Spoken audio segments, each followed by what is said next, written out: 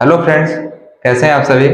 I hope सभी अच्छे होंगे और अपनी तैयारी अच्छे से कर रहे होंगे। फ्रेंड्स, पिछले कुछ दिनों से मेरी वीडियोज नहीं आ रहे थे क्योंकि कुछ जैसे घर पे भी मैं गया हुआ था और कुछ बीच में कुछ काम वगैरह भी थे, तो इस वजह से नहीं आ रही थी। लेकिन अब से वीडियोज आपको रेगुलर आएंगी, इसमें हम लोग जो भी जहाँ से मैंने जो पढ़ा रहा था उसको मैं कंटिन्यू भी करूँगा। अब वीडियो आपकी रेगुलर आएंगी।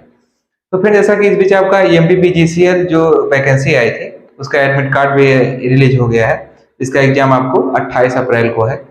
तो मैंने जब ये वैकेंसी आई थी तो इसका मैंने अपडेट भी दिया था। तो अगर आप मतलब आप जानना चाहते मतलब आप ऑलरेडी जान ही चुके होंगे कि इसका एग्जाम पैटर्न सिलेबस क्या है, उसमें मैंने सारी चीजें बताई थी। तो अब आपके एग्जाम में मोस्टली बचे हैं, एक हफ्ते का टाइम ऑलमोस्ट आपका बचा है। तो लास्ट टाइम में आपकी तैयारी कैसी होनी चाहिए या तैयारी कैसे करनी है, अब आपके एग्जाम में जितने टाइम भी बचे हैं उसको हम कैसे अच्छे वे में यूटिलाइज कर सकते हैं। तो जो भी मेरा एक्सपीरियंस है, जो भी मैंने किया है या देखा है, तो उसके हिसाब से मैं आपको बता रहा हूँ। तो आप इस वीडियो को जरूर देखना, आपके लिए बहुत ज्यादा यूजफुल होगा। तो फिर जैसा कि अब आपके पास एक हफ्ते का टाइम बचा है, तो पहले तो आपने ऑलरेडी इसकी तैयारी अगर आप कर रहे हो तो आपने इसका सिलेबस वगैरह ऑलरेडी देख रखा होगा, इसका सिलेबस क्या है तो आपको पता है। और इसमें अगर मैं टेक्निकल की बात करूं तो अगर आप कोई भी एग्जाम, कोई भी टेक्निकल एग्जाम की आप तैयारी करते हो, खासकर यूपीपीसीएल, एसएससी या आरआरबी या खासकर यूपीपीसीएल, तो इसके जो सिलेबस है उसका मतलब हाफ से, जितना आप यूपीसीएल में पढ़ते हो उसके हाफ से भी कम इसका सिलेबस है। इसमें आपका मेनली क्या है, आप जैसे मशीन है, पावर सिस्टम है, बेसिक इलेक्ट्रिकल है, और आपका पावर इलेक्ट्रॉनिक्स है, यूटिलाइजेशन है, एनर्जी कंजर्वेशन है, और मतलब ऑलमोस्ट आपके यही चैप्टर है। एनर्जी कंजर्वेशन है और आपका एस्टिमेटिंग एंड कॉस्टिंग। तो पूरा आपका सिलेबस टेक्निकल का यही है।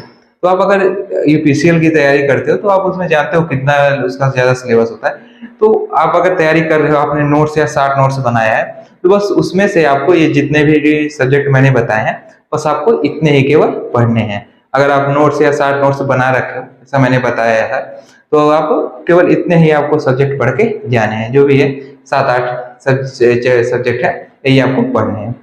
और हाँ फ्रेंड्स, लेकिन केवल टेक्निकल ही नहीं पढ़ना, आपको नॉन टेक भी सबसे बेस्ट टाइम होता है। किसी भी आप टेक्निकल एग्जाम में जो नॉन टेक आता है सबसे बेस्ट टाइम होता है उसके लास्ट टाइम, उसकी प्रिपरेशन, ये उसके लिए बेस्ट टाइम है।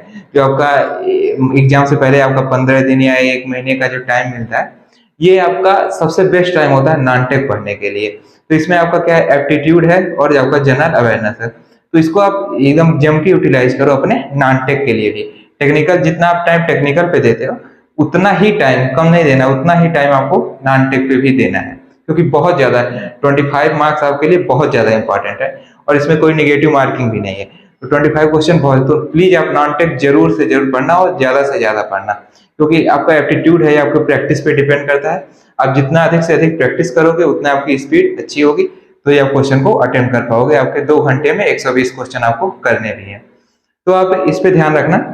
और क्या है कि इस बीच में आप कोई भी, अगर मान लो कोई भी सब्जेक्ट आपने नहीं पढ़ा है, जैसे सपोज करो आपने एनर्जी कंजर्वेशन नहीं पढ़ रखा है, एकदम से बिल्कुल आप पढ़ा ही नहीं, तो इस बीच आप उसको बिल्कुल भी टच मत करना है।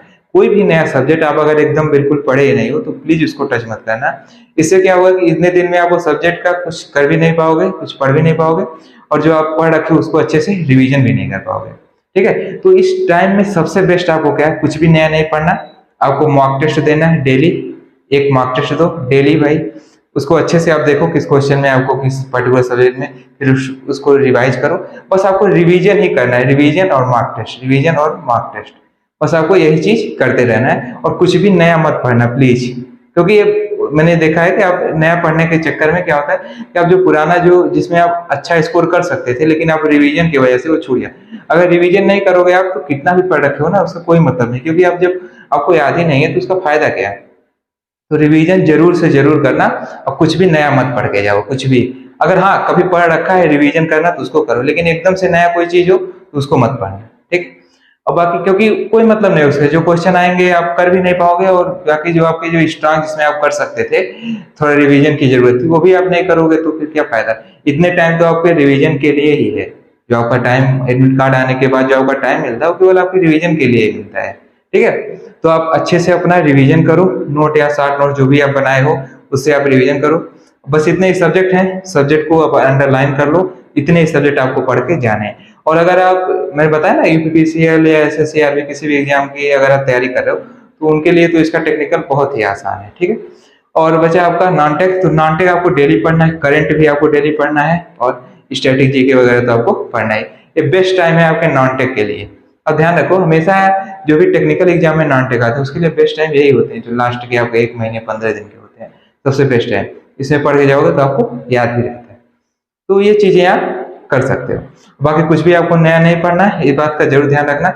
और आप मॉक टेस्ट दो और हाँ फ्रेंड्स, और साथ में इसके जो भी मैंने अभी सब्जेक्ट आपको बताए हैं, तो इसमें से अगर किसी भी आपको टॉपिक में कुछ प्रॉब्लम है, कुछ दिक्कत आती है, कोई टफ लगता है, तो आप मुझे कमेंट करके बताना, मैं उस टॉपिक को जरूर बताऊंगा। उससे रिलेटेड मैं सारी चीजें बता दूंगा जो आपके एग्जाम में पूछे जाते हैं। और जैसा कि मैंने कंट्रोल सिस्टम आपको ऑलरेडी 70% पढ़ा रखा है, जो कि आपके किसी भी जेईई या जेईई एग्जाम में मतलब पूछा ही जाता है, इसमें नहीं पूछा जाएगा, लेकिन आपके मोस्टली आप कोई भी जेईई या जेईई का एग्जाम दो तो बहुत ज्यादा इंपॉर्टेंट है, उसमें काफी बच्चों को दिक्कत भी होती है, इसीलिए मैंने उसको सब्जेक्ट को पहले चुना था। जनरली हम पढ़ते भी नहीं है उसको, थोड़ा मन भी नहीं लगता जब आप पहली बार पढ़ोगे तो और उसको अभी 70% मैंने करा रखा ऑलरेडी और मैं उसको आगे कंटिन्यू भी करूंगा।